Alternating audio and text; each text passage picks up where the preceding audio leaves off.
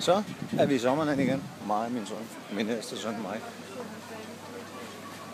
Så skal vi ned i Amazonen. Og skal vi ned og tage noget pis på nogle folk. Ned og lave noget gas. Det bliver sjovt. Så nu skriver Fideline. Jeg har sådan en, nej, det er Fidi-tingen. Jeg har sådan en app for Sommerland. Den skriver, at man kan købe mad herinde. Det er egentlig meget praktisk, at man kan få mad i Sommerland. Det vidste jeg ikke. Hvis de ikke havde sendt dem en sked, så var jeg sgu ikke klar over, at man kunne købe mad sådan et sted her. Hold da op, der er kun både over det hele. Super for fedt. Men vi vil jo straks vende tilbage, når vi er inde i Amazonen. Mig og mig. Så